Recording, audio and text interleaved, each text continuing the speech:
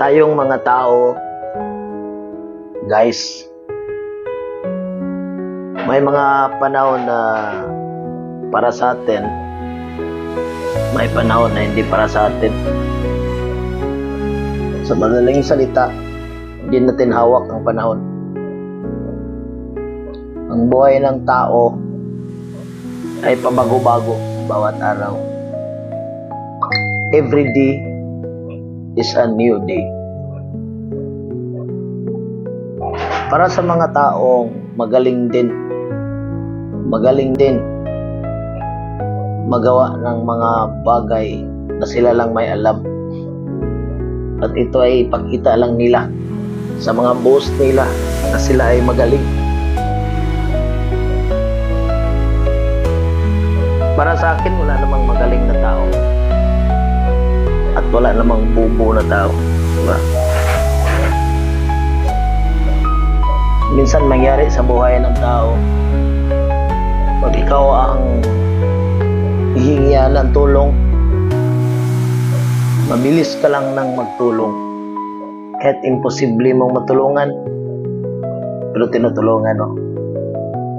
Pagdating ng bagay na ikaw na naman ang hihingi ng tulong, kahit marami kang tinutulungan, itong tandaan nyo, huwag kayong umasa sa mga taong tutulong sa inyo kahit tinutulungan nyo.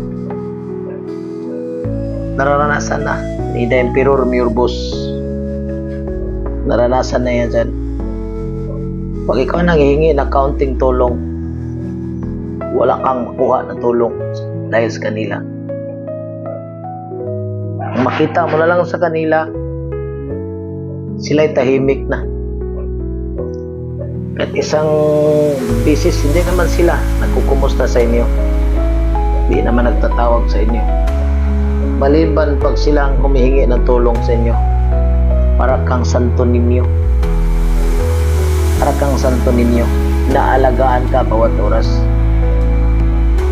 Inaalagaan ka. Lamaw pa sa pag-alaga sarili nila. Pero pag ikaw nang humingi ng tulong nila, lalo na pag may ginagawa sila laban sa inyo, hindi mo na sila makikita. No? So, it's the best lesson para sa mga kaibigan natin, mga followers ni The Emperor Mirbos. Huwag kayong umasa sa mga tao na sa paligid niyo. May pira, wala. Huwag kayong umasa. Asahan niyo ang sarili niyo, ang buhay niyo, ang asahan niyo. Huwag yun ang ibang tao. Ito lang ang masasabi ko.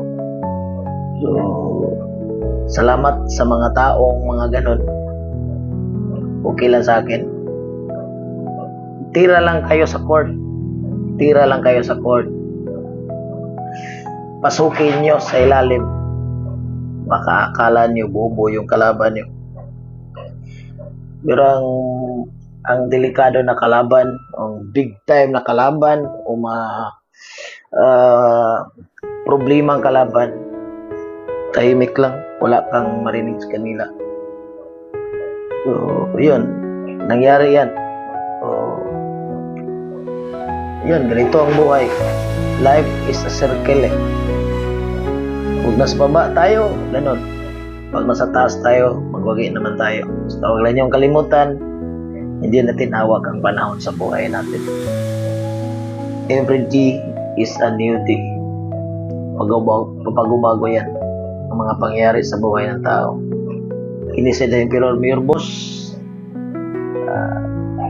Magandang hapon natin lahat.